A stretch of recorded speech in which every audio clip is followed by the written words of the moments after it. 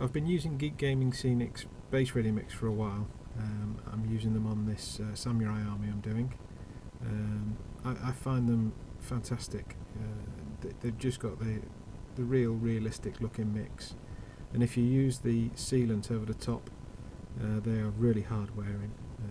You would have thought some of these stones would have come off, but you can be quite aggressive with them, and they're not going anywhere. Personally, I'm going to add a bit of static grass to these when I've completed the army, just to give it a bit of variety. So this is the Patchy Plains mix. There are 3 bags in this tub, which I've used. I'm also using their fast drying basing glue because I find it's the right consistency. It's slightly thinned down, but it is super sticky. And make sure you have a seriously old manky brush. This is the base I'm going to show you my working on. I'm quite odd, I suppose, in that I base all my figures first and then paint them. But if you wanted to do this with painted figures, just make sure they're varnished first. So you apply this fairly runny glue. You don't need to be too precise at this moment because we're going to move it around with the brush later. But as I said, if you're using painted miniatures, make sure they're varnished so that if you get a bit of glue on them you can wipe it off easily. I've always based my figures before painting them because I just find I can be quicker. I'm not so worried about getting glue or basing material on the actual figures because I can just clean it off. So I think that's enough glue on the base. I'm going to use the brush now just to move it around so I've got all areas covered. You'll see it's a very thick application of glue, and that's for a reason. It's thinned out, this glue, so it's quite watery. So when I put the base mix on, I'm going to pile the base mix on, and the natural sort of capillary action of this wet glue through the sand and granules will make sure that you get a perfect coverage over the whole base.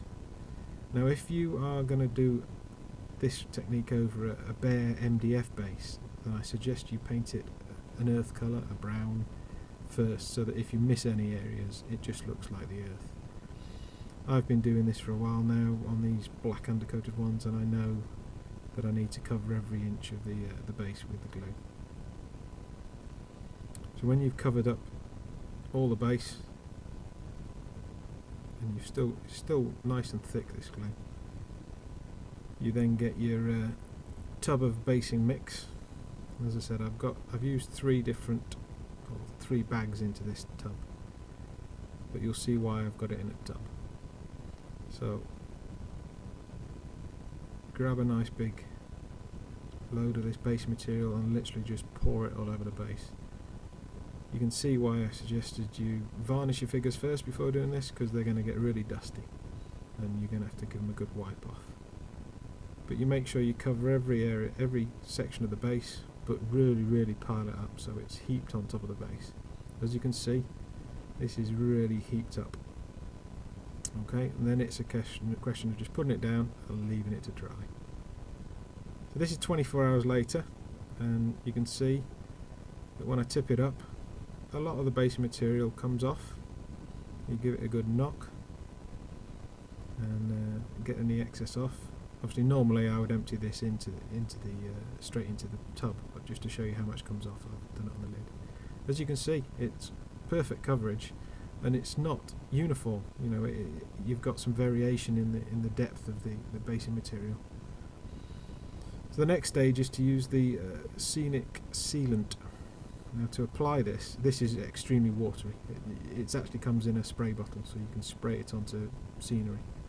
But I'm using a pipette here. I picked these up cheap off Amazon, I believe.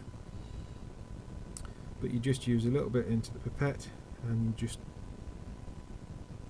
drop a bit onto the base. You don't need to cover the whole base because this is effectively water that you're putting on, and it will work its way around the whole base.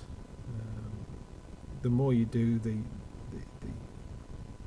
better you get at gauging how much you need to put on the base. I think I've gone a bit too far on this one, and you'll see a bit later. But you don't need to. It's not like you're covering it all with glue or covering it all with varnish. This is going to spread out and it's going to cover the whole base.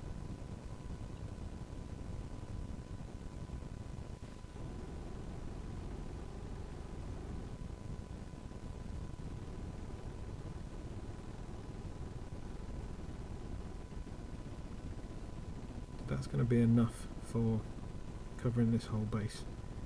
And you'll see it only takes about half an hour for the liquid to spread out, and as you can see, the whole base is now covered. Obviously I put a little bit too much on, so it's come off. It's not particularly strong glue because it's so watered out, so you can pick it up. And there you go, there's a completed base.